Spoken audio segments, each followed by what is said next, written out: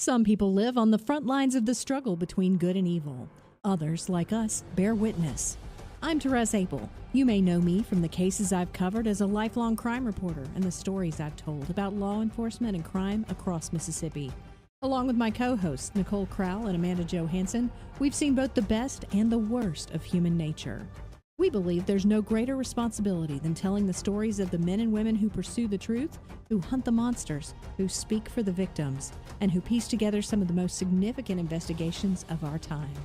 Welcome to Investigation Homicide. While on the force, I learned that an officer is only as good as his team and the gear that he carries. Ultimately, that is what helped me make the decision to supply and support the demands that the officers need. From uniforms to upfitting service vehicles, our family strives to connect people with the resources they need. From enforcing the law, fighting fires, or simply protecting the ones they love. At the Southern Connection Police Supplies, our family is here for yours. Stop by and see for yourself. Hey guys, welcome to Investigation Homicide. Thanks for joining us tonight. Thank you to Southern Connection Police Supply for sponsoring us and making this possible. Not only do we love them as a brand, as a company, we love their owners, Brian and Kelly Wheeler, and we love getting to shop there. So if you are looking for police supplies, for first responder supplies, they are taking care of you so you can take care of us. Go see them and tell them you heard them on Investigation Homicide and thank them for that. So today we're doing something a little bit different. I have been, all of last week, I've been in Monroe, Louisiana, covering the trial of Quinton Tellis. You've heard that name before on this podcast when we talked about the Jessica Chambers case shortly after Brigadier General Paul Rowlett was killed in that car crash. So tonight we're going to talk about Quinton Tellis again, but not because of the Chambers case, though that will come up. We're going to talk about it because he is on trial in Louisiana in the death of Ming Chen Mandy Hsiao. They call her Mandy. She was a Taiwanese national that had gone to graduate school at the University of Louisiana Monroe, and she was found dead in her home after about 10 days in August of 2015. So there's a lot of reasons that the police came to the conclusion that Quinton Tellis was the suspect in this case. And then through the years, there has been a lot that's happened because that was 2015. We're talking 11 years later. So we're going to get into that. I've got Amanda Johansson with me. Amanda, Hi, how's everyone. it going? Good. Good. It's been a weird week. I don't know what day it is. I don't know. It's okay. It happens to all of us. And we have another special guest here with us. And okay, go ahead and start and tell us about your background. And we've got to say, he is here because he was down the hall, and we ran to snagged get him. him to get Yep. a defense attorney's perspective on this. Go ahead. Yeah, I feel like I was kidnapped. I'm Lance Mixon. Yeah. I share office space in the building where we're hosting this today, and I'm glad to be with you. I've been a criminal defense attorney for going on 21 years now, and I will do my best to answer your questions and may have some questions myself. Sure. Well, one of the things that we talked about when we decided to run down the hall and grab Lance was that I had been sitting in court for a week, and it has been all prosecution testimony so far. That's, if you don't know anything about how court works, that's how it works. Prosecution goes first. We And get dibs. That's right. That's right. And so the defense can throw in, cross-examination, but their witnesses don't come until second. So you'll have, as a reporter, I'll cover a trial, and at the beginning, everybody says, well, it's clear you're for the prosecution. And it's like, no, that's just who's testifying right now. And then the defense gets up there and like, oh, well, obviously you're for the defense. No, that's who's testifying right now. They get to put their evidence out. So if it sounds like their evidence is better right now, don't worry, it might change. So that said, Amanda's here to kind of represent the police questions that she might have, and Lance is going to throw out the defense questions because I'm going to be telling you what I saw in a week of prosecution testimony. So we just need to make sure that we're balanced as we talk about this, because this is actually current events and breaking news, not breaking anymore, but current news. So we want to be as balanced as we can on this. Again, thank you for joining us. So last week, what we saw, the first part of, I guess, Monday, we watched the interrogation tapes, the interview tapes of Quinton Tellis.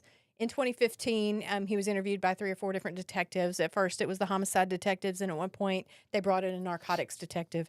And part of that was the judge wanted to watch and make sure that he was not coerced in any way. And I guess I should probably tell y'all about the crime scene as it stands before I tell you about what he told police. So Mandy Hsiao lived in the bottom apartment on Filial Street is a place in Monroe, just right off the campus of University of Louisiana Monroe. She was found stabbed 30 times. 27 of those stabs were superficial. They were a quarter to a half inch cuts in depth and varying lengths. They were on her back, her chest, her arms, and her neck and face, the back of her head. And then she was stabbed 3 times that were fatal. All of those were to the carotid and the jugular, and those would have been what killed her, and she bled out. Make a long story short, these are some of the worst autopsy photos I've ever seen, and I've been doing this for quite some time. She was left there. They think she was killed probably around July 29th of that year. She was found August 8th. Incidentally, our suspect in this case, Quinton Tellis, was getting married that day. So that said, this is a particularly gruesome homicide, and meanwhile, you've got a suspect whose life is going on, and there are people all around him and that kind of thing. They have testimony from Mandy's upstairs neighbor that she saw Quinton Tellis there to come see Mandy about something. He says he has bought some prescription drugs and a $25 TV from her. And so he is there to pick up the TV. She's not there, so he's asking the upstairs neighbor, where is she? And the neighbor testifies that he gave her the super creeps. And so that's how she remembered him. Interestingly, she has a photographic memory, especially when she's scared. So she remembered him. She ID'd him in a lineup, that kind of thing. That was one of the witnesses that testified, and she had a strong testimony. Another thing that came into play was that Tellis allegedly told someone named Eric Hill that, and this is where we really get into some of the ins and outs of this, okay? So he tells Eric Hill, who is the brother of his, at that point, the cousin of his wife, that he had tortured a lady to death for her PIN number to her debit card. So when he's picked up because of the cell phone evidence and I think at that point he was using her debit cards at ATMs, and they were able to see him on the cameras. Long story short, they go pick him up. Tellis allegedly calls Eric Hill, who is testifying to this in court, and says, if you don't put this on somebody to get me out of it, I'm going to F you up. So Eric Hill calls police, and he says, hey, I had a guy tell me he tortured an Asian lady to death to get her PIN number to her card. And at that point, police are like, we're going to need you to come on in. So he comes in. They ask him who it was, and he says, well, it's a guy named Curtis Lemons. And when they ask him in court, why did you say it was Curtis Lemons? Eric says, well, Curtis is the one I had the beef with most recently. So long story short, he just picks out a name of somebody he doesn't like. So they go get Curtis. And Curtis is like, dude, that wasn't me. So once they establish that it wasn't Curtis, they go back and get Eric, who comes back in and says, yeah, it was Quinton Tellis. So again, they have more evidence on Tellis. At some point, though, years later, Eric Hill rescinds that. He writes out a thing that says that wasn't true. But there are 2 handwritings on that document. One is his, one is Quinton Tellis's. So that's another thing we have at play there. So at this point, those are some of the high points, and I actually made some bullet points to make sure we hit all of it. But for those of you that might have been following the case, I feel like I wanted you to know kind of where we were, but I also don't want it just to be me talking, because as you can see, like I've been drinking from a water hose all week, and so trying to just remember everything that might be important. I'm going to be jumping around because also sometimes trials jump around. They don't go chronologically every time, and this has been one where we've been hoping that such and such a witness could come in. At one point, they put the detective on the stand, and then the defense attorney, and you can tell us about this, Lance, the defense attorney objected to his testimony because he was testifying to things that weren't yet in evidence, and what he was testifying to was what some of the witnesses would testify to. So they had to take him off the witness stand until they could put the witnesses on the stand to give their testimony. And I guess I hadn't seen that before. Is that normal? It's not uncommon. The defense attorney was likely And again, what limited knowledge I have of this case in the trial from last week, I'll say that it sounds like the defense attorney was most likely objecting that no foundation had been laid for the evidence that was being prematurely offered into evidence by the prosecution. Okay, and is that something, I guess, like I said, I just hadn't seen that before. Is that pretty normal?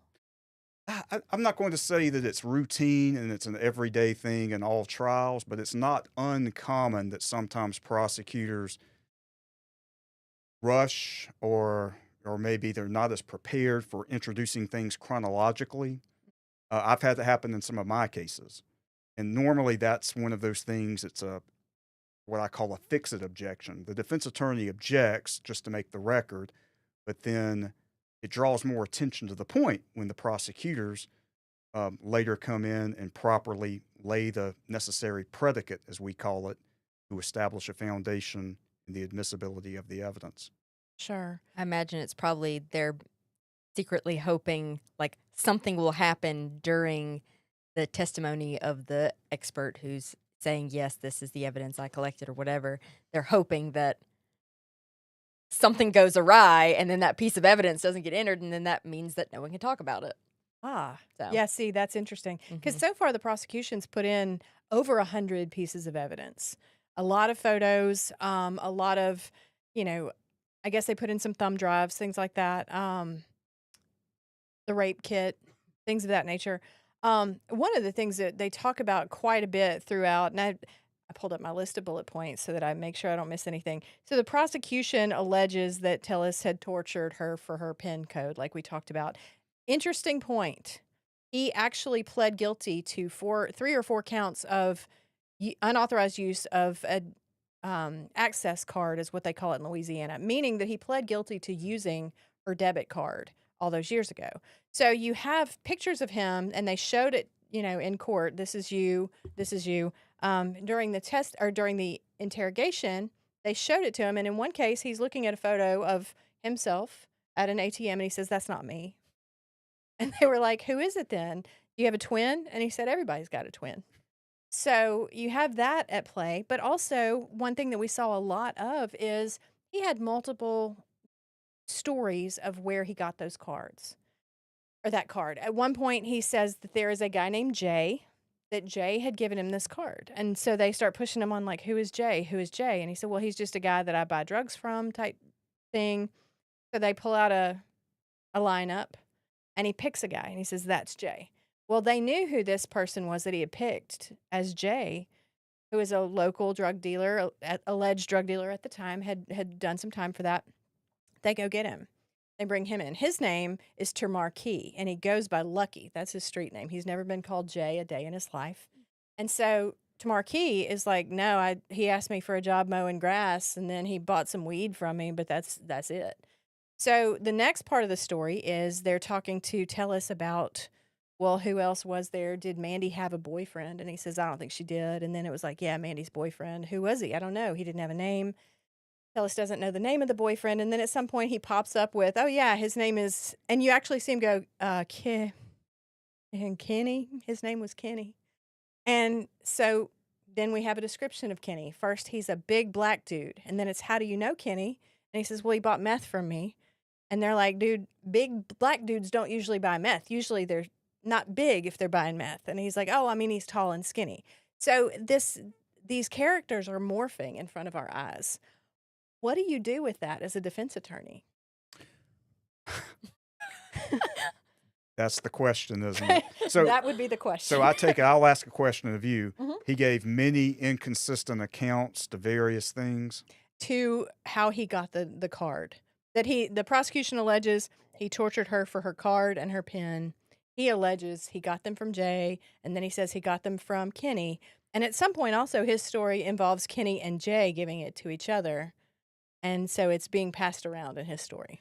And so that was discussed in testimony up to this point? We watched that on the video twice, yeah. So we watched it the first day, and then they introduced it again, and then we have heard from Termarkey, and they never did find a Kenny.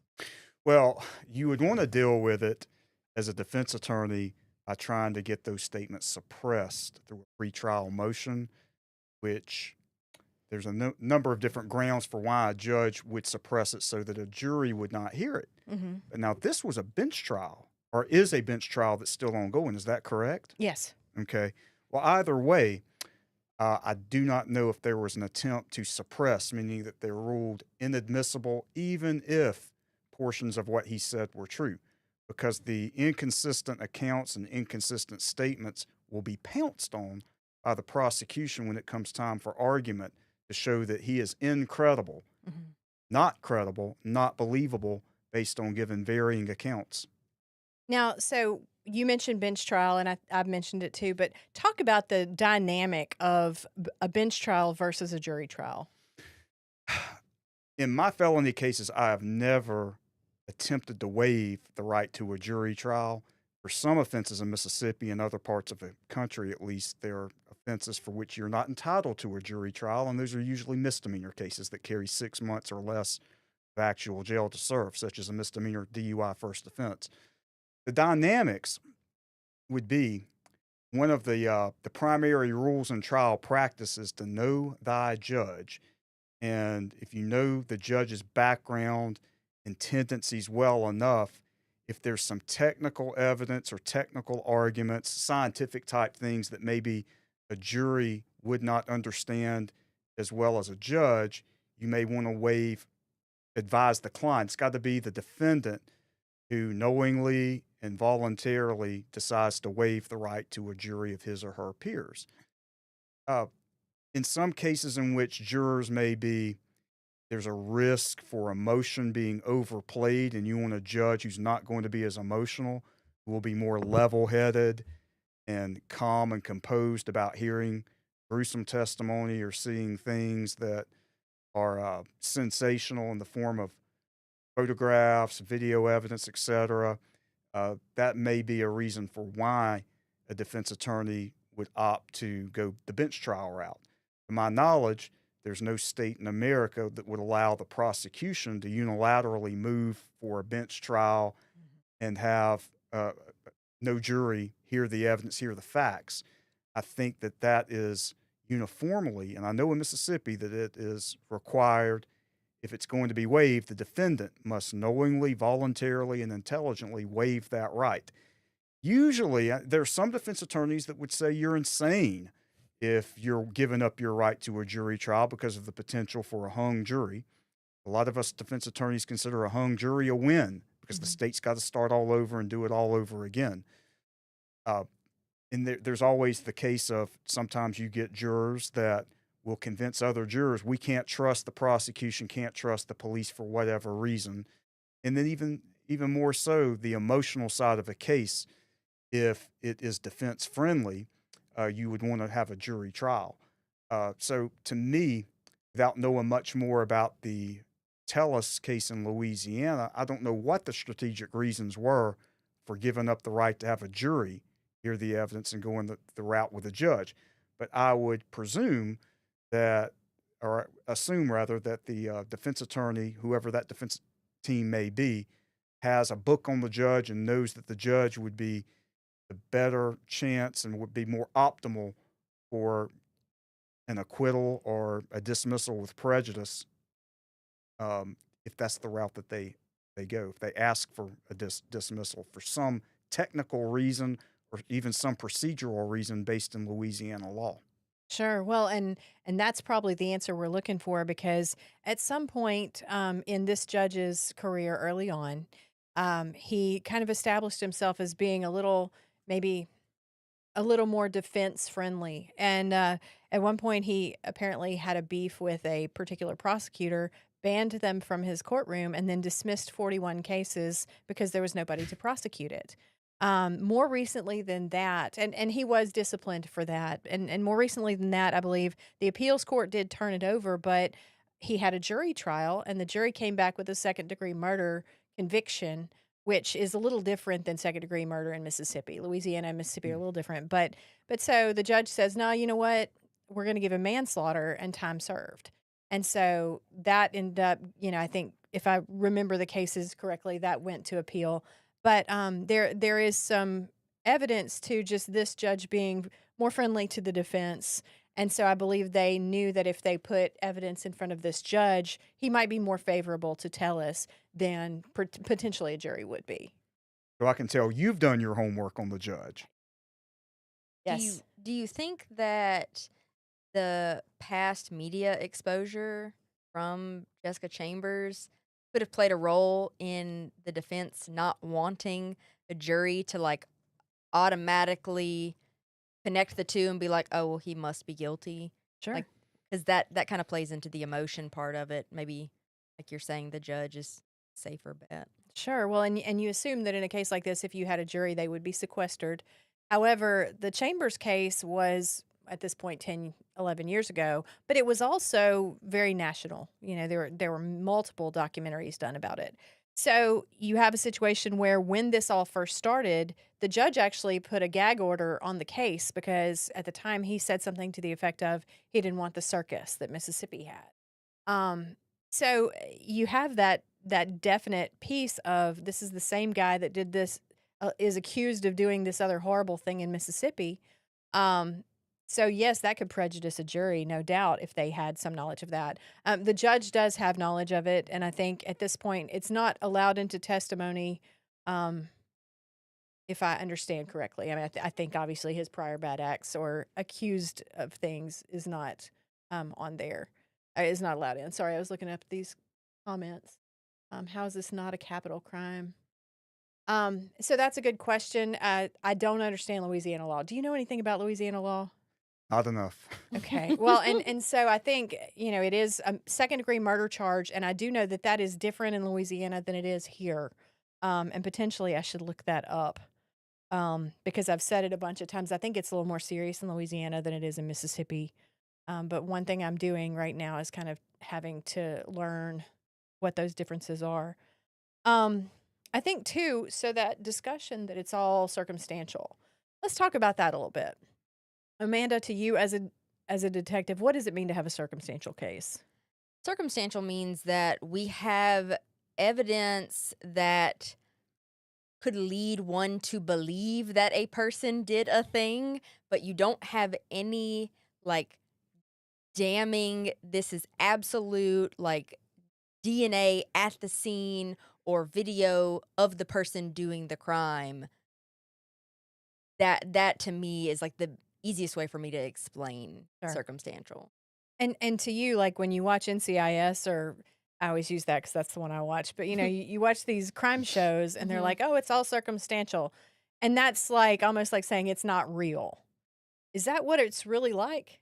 No, I'll try to provide an example that I've read in some of my materials over the years that circumstantial evidence would be if I'm trying to prove in a court of law that it's raining outside and I introduce evidence that someone walked in from outside just now with an umbrella that's wet and dripping, that's circumstantial evidence to infer that, yes, it must be raining outside, or why else would you walk in to this room with an umbrella that's dripping wet? Direct evidence would be I put on a witness who was outside today, March 26, 2026, and saw and observed, yes, it's raining. I saw it with my own two eyes. That's direct evidence. So in this case, when you have a situation where nobody actually saw him stab her to death, but you have, you know, witnesses that saw his vehicle in the area, that heard them fighting earlier that day, that saw him, you know, take her to Walmart, things like that, that becomes circumstantial because they didn't actually see the act. Is that correct? In the totality of the case, yes, I would argue as a defense attorney that it is a circumstantial case. But the prosecution, on the other hand, is going to be arguing that each one of these facts individually, singled out, is direct evidence of something that incriminates Mr. Tellis and ties him to the murder. Sure. Well, and on that note, so one thing they've talked about in court is the lack of DNA. And so, of course, you've got the defense in their opening statement saying, our client has been excluded from DNA at the scene. Well, here's the interesting piece of it. They had a expert that talked about it, that spoke to the DNA. Her name is Michelle Jackson. There was no DNA found at the scene that ties Tellis to it. but there was no DNA found at the scene that tied anybody to it. Ms. Hsiao's body was so decomposed that a decomposing body can actually decompose outside DNA as well. So they did find in this gets gross. I'm sorry if you're sensitive. I'm sorry.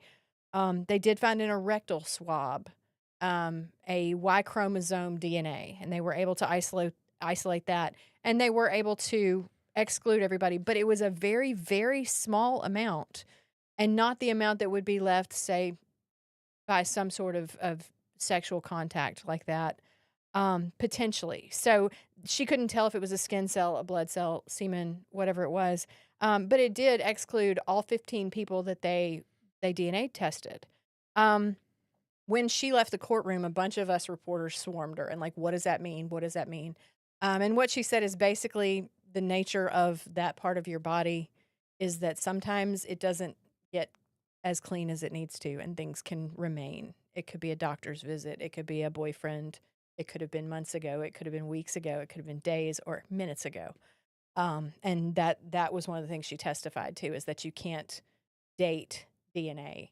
But otherwise, there was one, I guess, one blood stain in the bathroom, which none of the crime scene was in the bathroom, if I remember correctly. And it had a DNA profile that was a man and a woman, and neither of them were her, and neither of them were Tellis. And so that was another thing, like, evidently, it could have been there forever, too. It was also nobody they DNA tested, and there was no more of it anywhere else in the apartment. She had lived there, I think, several months, but she hadn't lived there for years and years.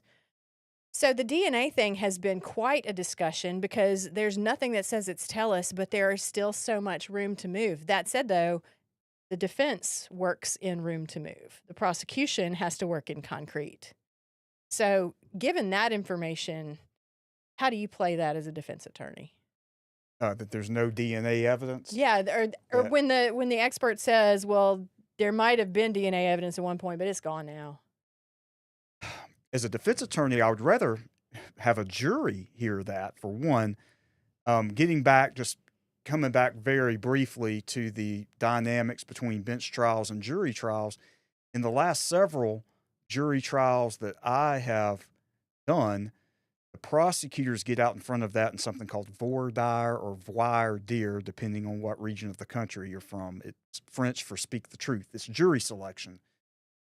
And it's because the prosecutors are trained to weed out the people who are summoned for jury duty, who think that unless the prosecution has some forensic evidence that directly ties the suspect to the crime, that they cannot convict. And they'll ask common questions such as, who here watches CSI Miami, Law and Order, SVU, et cetera, et cetera. NCIS. Right. Who gets too tied down to needing and feeling like that it's necessary in the American criminal legal system. So here, though, with a single judge, it may be to lessen the impact of the statements that Mr. Tellis gave that are inherently incriminating, meaning inherently making him look guilty because he's not keeping his story straight on anything, it seems, based on what I've heard so far. But they're trying to build up the lack of evidence, which the DNA evidence, if it had matched Mr. Tellis to the scene, that would be very conclusive, if believed by the trier of fact, which here is just a judge. Sure. Now, we've got a couple of questions, people just asking what was the outcome, and that's kind of what we were talking about earlier. We went a full week of prosecution testimony and watching the interview videos, and we did not finish. And there was a week scheduled for it, and we didn't finish, so we're coming back. They have not set a new date yet.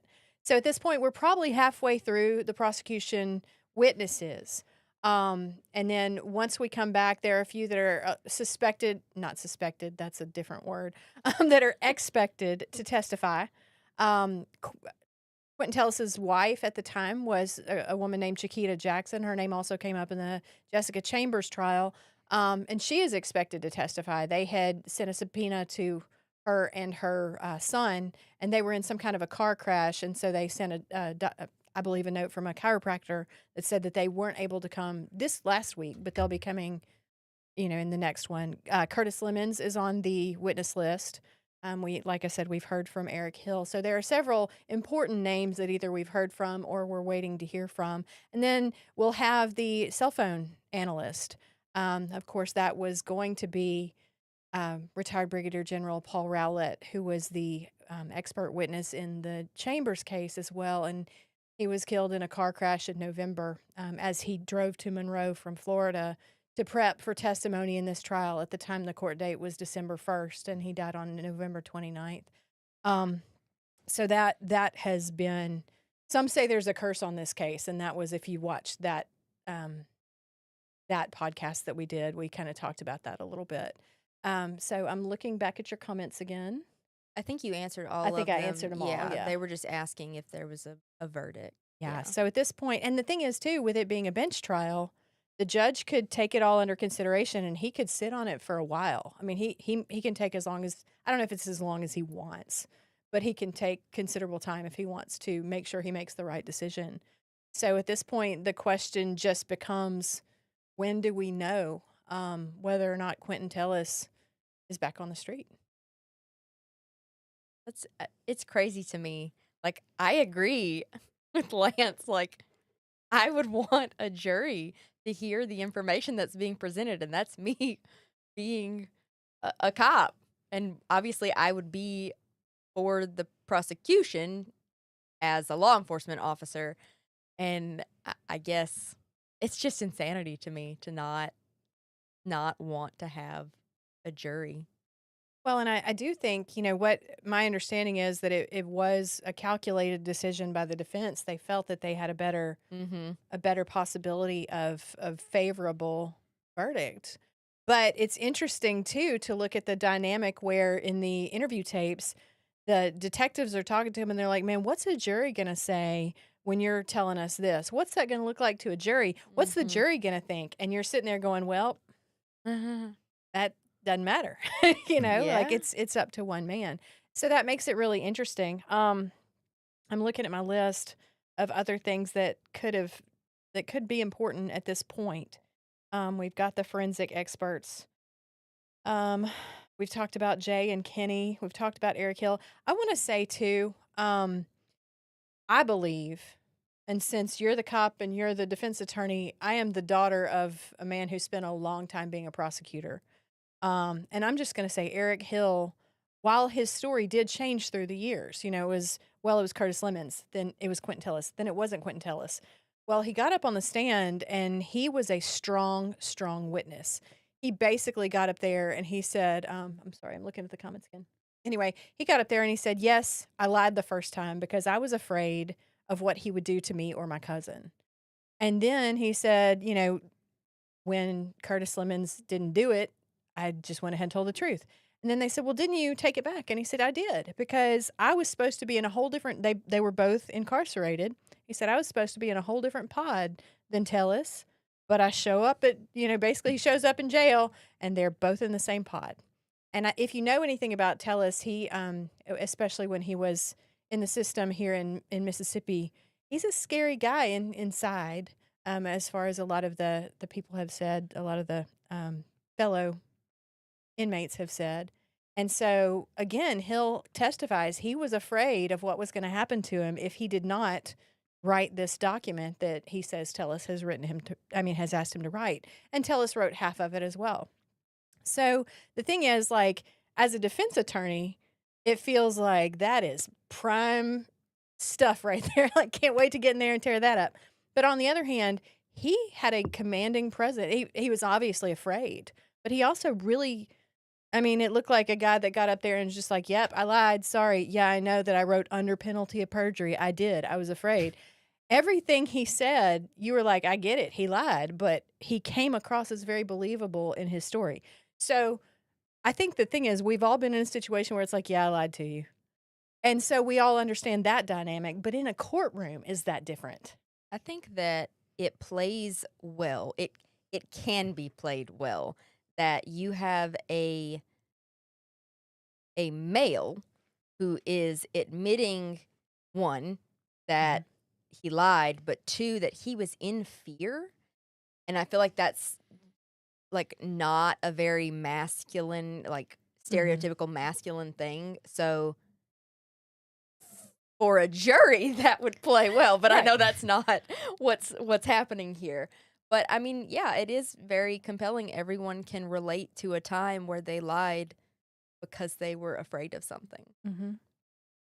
May I ask, to this point, has any kind of confession from Quinton Tellis been admitted? Did he actually confess? Aside from what he allegedly told Eric Hill, no. So no No. direct confession to law enforcement. The only thing that he has maintained without his story changing is that he did not kill her. So his stories have been all over the map, but he straight up says every time that he didn't kill her. Somebody said in the comments, and this is actually I can back this up. They said that in Batesville, with the Chambers case, you had juries that were afraid to convict him because they were afraid of him. Now, we all were pretty sure that the juries didn't convict. It was a hung jury in both of those cases. So he is still the main suspect in that case because it is not closed. However, it is just hanging out there. We don't know what's going to happen with it. But that said, I know in the first one, we were led to believe, first of all, that it was the Eric and Derek. Jessica, as she died, they asked her what happened, who did this. And I have done extensive research with these firefighters about what they heard. And they all came back and said, we heard her say Eric or Derek. Well, when you talk to them individually, one of the things that gets said is that it actually sounded more like bowel sounds. She was too burned from inhaling that fire. We had experts testify to that. We're going to get more to that in just a second. Right now, let's hear from Southern Connection. While on the force, I learned that an officer is only as good as his team and the gear that he carries. Ultimately, that is what helped me make the decision to supply and support the demands that the officers need. From uniforms to upfitting service vehicles, our family strives to connect people with the resources they need. From enforcing the law, fighting fires, or simply protecting the ones they love. At the Southern Connection Police Supplies, our family is here for yours. Stop by and see for yourself. So, as we were talking about, basically in the first trial, we assumed that it was about Eric and Derek. There was some talk that there were a couple of jurors who had just said at the beginning that they weren't going to convict. But that was all just behind the scenes, jurors talking to detectives, that kind of thing. The second trial, though, I have spoken to jurors from the second trial. And in that, we were led to believe that the cell phone data stuff was confusing, or maybe it was Eric and Derek. But one of them told me outright, we were afraid that he would come find us, or he would have his people come find us. And I guess growing up around courts, to me, that is not a fear that I would have. Because to me, I've watched my dad prosecute cases, and I've watched him be the defense attorney in cases. And it's like the jury is so nameless and so faceless. I guess I never thought about that. But this guy did. He told me on the phone, we were scared he was coming for us. And he said, I still voted guilty, but we were scared that he could find us. And that was the jury out of Oktibbeha County. I think that's right. But yeah, so long story short, there is a fear factor in when you deal with certain defendants, and Tellis does have a very intimidating demeanor, I think, and urban legends around him type situation. Yeah, I think that just as you have the CSI effect for, cases and such, you also have all the mob movies that you've ever watched. Right. Where someone might be on trial for something and then all of a sudden you see jurors getting bribed or coming up dead or whatever. I feel like sometimes, people just don't know how to separate what is fiction from what is truth. Sure. But also, I mean, it's a legitimate fear. Well, and I'll say in my career of doing this, and y'all tell me if you have, I've seen witness intimidation, but I can't say I've ever seen actual jury intimidation before, like where somebody was actually threatening the jury. Now, I'm sure that it's happened, but I don't think I've seen it. Well, to each of your points, You've heard of the UCR, the Uniform Crime Reports, that have been in existence for decades. I think the Department of Justice still oversees that along with the FBI. Those are the crimes that are reported. Mm-hmm. There exist in America and around the world crimes that go unreported. In some of the smaller communities anywhere in America, there are crimes that do not get reported, and so-called street justice happens. Yes. And this is just an assumption on my part that what you may be alluding to about people being afraid of Mr. Tellis could be of stories they've heard or actually have knowledge about of the so-called street justice that sometimes takes place. Certainly. Yeah. Yeah. And the thing is, when you have a trial or a case like this one, as I mentioned earlier, those of us that know the case from day one say there is a curse on the case. And that is because of the original team of 5 prosecutors and detectives that worked it. So there was a group of 5 guys. It was John Champion, Tim Douglas, Jay Hale, Scott Meadows, and Paul Rowlett. And John Champion died in 2022. Tim Douglas died in 2024. Paul Rowlett died in 2025. Scott is still with us. I had dinner with him yesterday. Jay Hale I spoke to on the phone today. Jessica's mom has died. Jessica's boyfriend was killed. One of the witnesses has died. I mean, you can keep going down this track. And granted, it's been 11 years. But when I heard that Paul had died, I picked up the phone and I called Scott. And he didn't answer right away. But when he called me back, I just said, Scott, there's a curse. And he said, that's the first thing I thought. And so it's not just about what's going to happen to me if I, rule. But this thing has taken a life of its own when it comes to the fear factor. It's like, it's just, can we get this done? What happens next for a lot of people? And I'm not going to lie to myself. It's a little bit the same. I'm just ready to put these stories to bed, however it goes. So what happens next? Like I said, the judge is supposed to come up with a new court date for the rest of the case.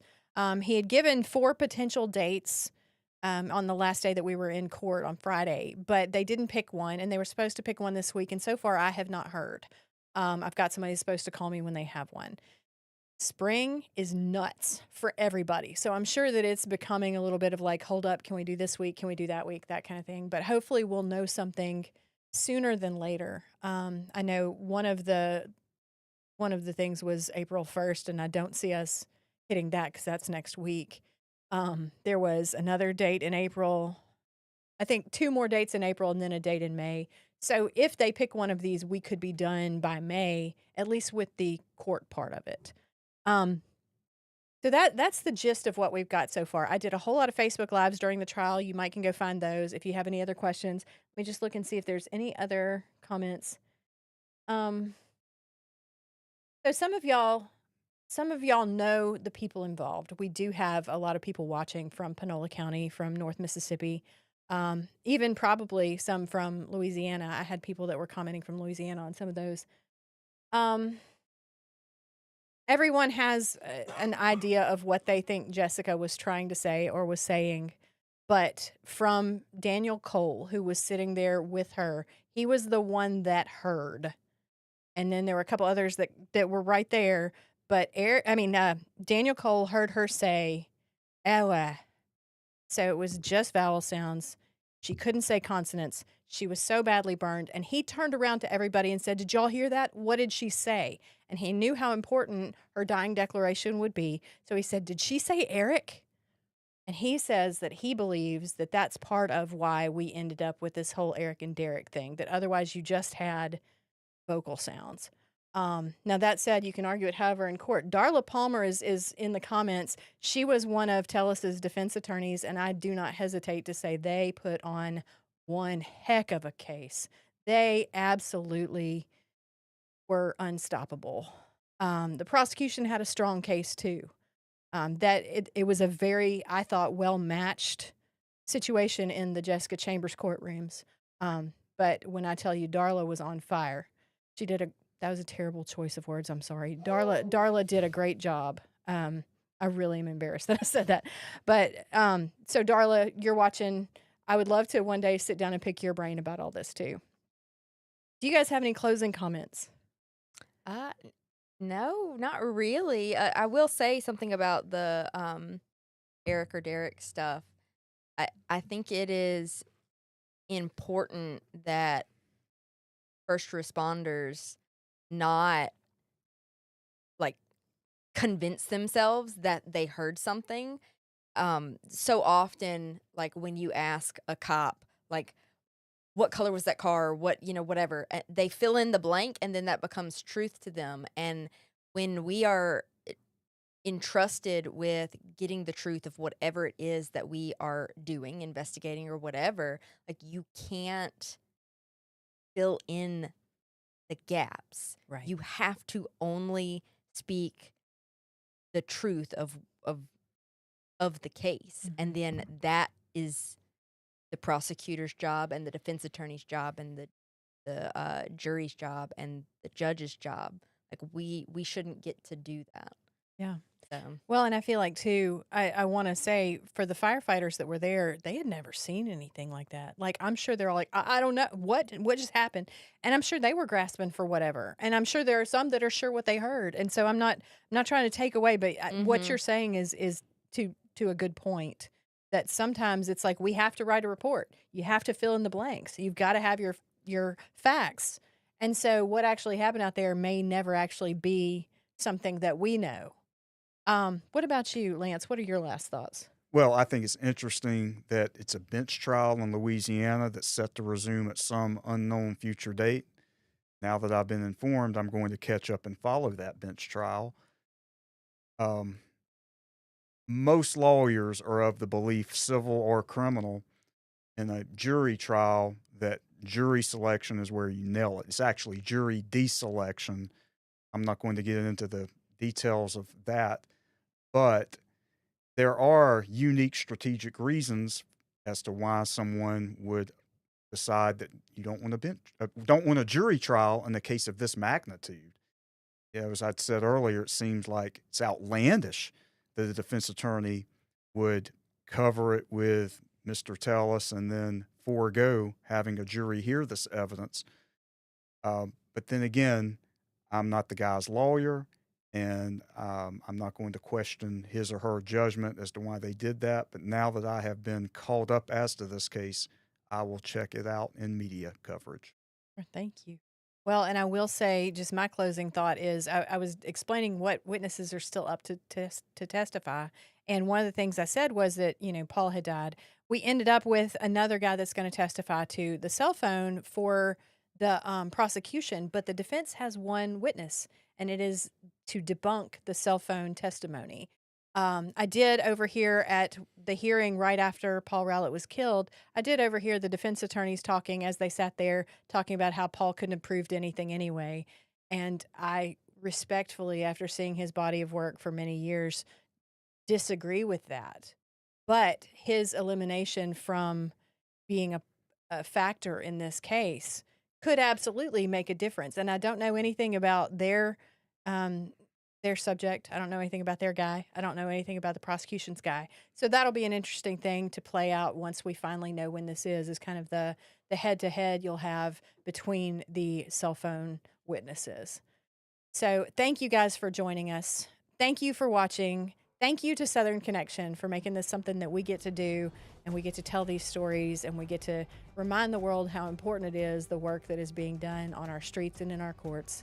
So thank you to all of you, and we will see you next week right here on Investigation Homicide.